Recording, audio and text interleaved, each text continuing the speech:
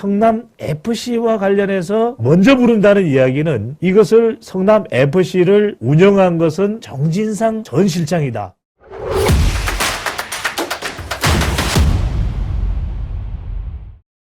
지금 이재명 대표를 소환해서 조사하는 것은 물론 이 소환에 응할지 불응할지는 지켜봐야겠습니다만은 또 공개로 나갈지 비공개로 나갈지 지켜봐야 되겠습니다만 성남FC와 관련해서 먼저 부른다는 이야기는 적어도 이거는 기업 간의 거래 그리고 성남FC와의 후원금 계약서 이런 것들을 보고 실질적으로 이건 보도에 나온 거예요. 실질적으로 이것을 성남FC를 운영한 것은 정진상 전 실장이다. 이런 얘기가 나오는데 여러분 내용 조금 보시겠습니다. 이게 무슨 내용인지 잘 보세요. 자, 2015년부터 2017년까지면은 이재명 대표가 성남시장으로 있을 때예요. 2018년에 도지사가 되죠. 그럼 이 내용을 정리된 거 보면 두산건설이 성남FC의 후원금을 무려 42억 원이에요. 42억 원을 후원을 해요. 그 다음에 네이버가, 여러분들 아시죠? 포털 네이버. 이 네이버가 무려 성남FC에 40억을 하는데, 자, 그 다음에 또 차병원이 33억 원을 내요. 그런데 공교롭게도 아무 일이 없었느냐? 성남시와의 사이에. 두산건설은 뭐가 있죠? 정자동의 부지 용도 변경. 네이버는 자, 빈살만 사우디 왕세자도 감탄했다는 바로 그 빌딩 제2사옥 건축 허가. 그 다음에 차병원은 분당경찰서의 부지 용도 변경. 그러니까 뭔가 부동산과 관련된 사안이 있어요. 우리 가족분들 잘 아실 거예요. 부동산 뭐 허가받기 쉬워요? 부동산 허가받기 쉽지 않아요. 여러분들 재건축 한번 하려면은 얼마나 많은 일이 있어요. 여러분들 아실 거예요. 재건축 하려면 얼마나 신경 쓸 게 많아요. 난리야. 그 안에서 소송 붙고 신탁하냐 조합으로 가느냐 난리 그런 난리가 없어요. 이주비 뭐 어떻게 된다 난리 그런 난리가 없어요. 그런데 부동산의 인허가가 대장동도 마찬가지예요. 그렇게 그냥 풍덩 나버린다. 부동산 인허가가 오케이 사인 나버린다. 그게 쉬운 일일 것 같아요.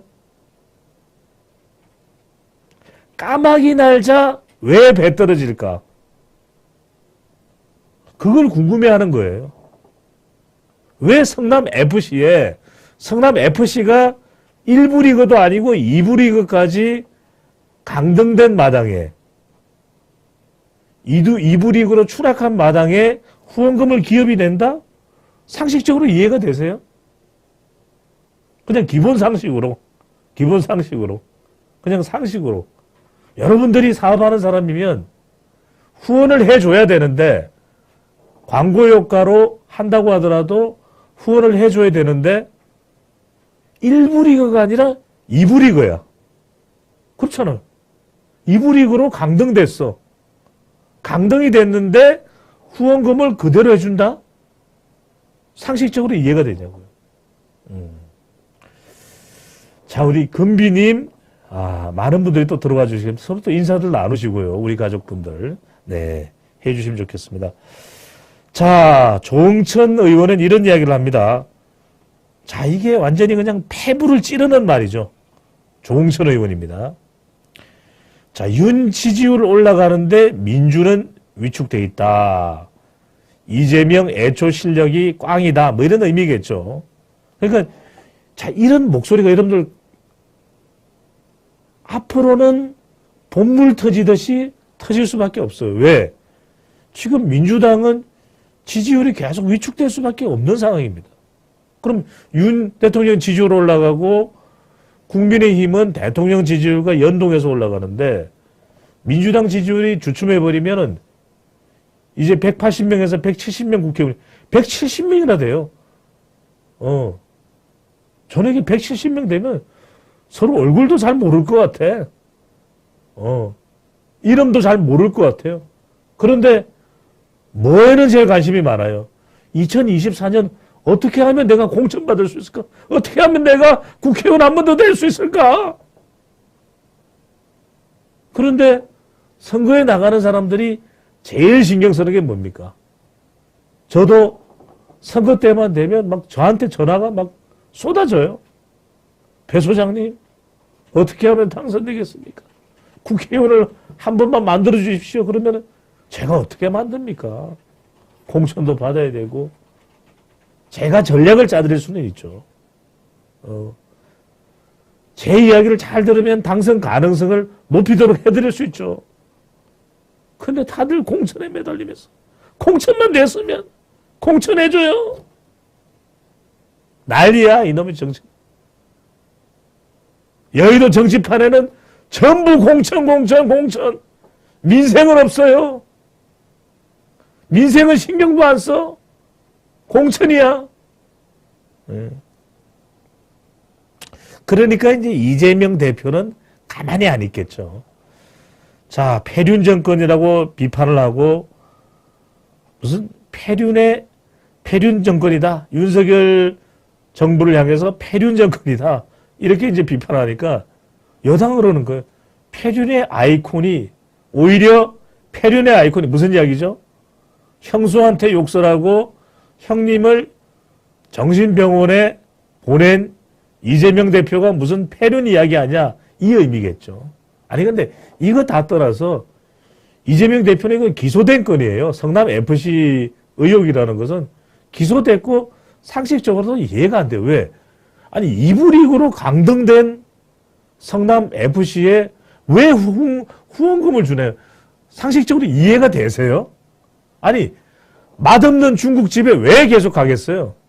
아니 맛없는 중국집에 우리 멸공 반점은 너무 맛있어. 가도 또 가고 싶고 또 가고 싶어. 그런데 맛없는 중국집에 왜 가겠어요? 갈 이유가 없잖아. 그런데 계속 후원금을 냈어. 그게 이상하다는 거죠. 자, 지금 이재명 대표의 사법 리스크 지수를 한번 보겠습니다. 데일리안이 조사를 했는데 반년째 가라앉지를 않아. 그러면 이 사법 리스크를 명쾌하게 해소하면 되잖아요. 근거가 분명하면 그 근거를 들이밀면 되잖아. 그런데 폐륜 정권이다. 아니 사법 리스크는 법에는 법으로 대응하면 되잖아요. 자, 이 시점에서 이제 우리가 궁금해지는 건 뭐냐면 이번 28일 이 성남 FC 관련으로 피의자입니다. 참고인이 아니에요. 피의자입니다. 우리가 재판을 하게 되면 피의자는 피고가 되는 거예요. 자, 이재명 대표가 나오겠느냐? 자, 안 나오면 이거는 겁쟁이가 되는 거예요. 왜? 안 나간다? 그럼 왜 안 나가겠어요? 아니, 뭐가 꿀리니까 안 나가겠지. 그렇게 생각할 겁니다. 그리고 또 하나, 비공개로 나간다? 그건 또 겁쟁이야. 적어도 더불어민주당의 국회 다수당의 대표가 검찰의 소환 조사를 받으면 당당히 나가야 되고 가서 해명을 하면 되잖아요. 조사를 받는 거니까. 계속 조사를 안 받을 수는 없어요. 나가야 돼. 나가서 공개로 나가야 돼요. 자기가 당당하다면. 그래서 저는 28일 날 이재명 대표가 안 나가고는 못 베길 것이다. 왜? 안 나가는 순간 더 큰 의혹이 있구나. 또 당을 방패로 삼는구나. 당을 방패로 삼는구나. 방탄 정당이구나. 이런 비판을 받을 수밖에 없는 거예요. 그리고 비공개로 간다? 아니, 왜 몰래 들어가? 기자들의 질문도 받고, 공개적으로 들어가야지. 아니, 박지원 전 원장도 공개 소환됐어요. 그렇잖아요. 그런 박지원 전 원장을 폭탄까지 시켜준 이재명 대표가 비공개로 나간다? 말이 안 된다. 그렇게 되는 순간 28일 안 나가거나 비공개를 하는 순간에 당의 불확실성은 더 커지는 겁니다. 이거 뭐가 있나 보다. 왜 안 나가지? 가서 자칫 정진상이랑 대질신문 되면은 불안해서 그런 거 아니야? 김용이랑 대질신문 하면 불안해서 그런 거 아니야? 김만배랑 대질신문 하면 불안한 거 아니야? 이런 상황이 연출될 수가 있죠. 저는 28일 나갈 수밖에 없다. 또 공개로 나갈 것이다. 왜? 그렇게 하지 않으면 당 지지율에 타격을 받을 것이기 때문이죠. 네.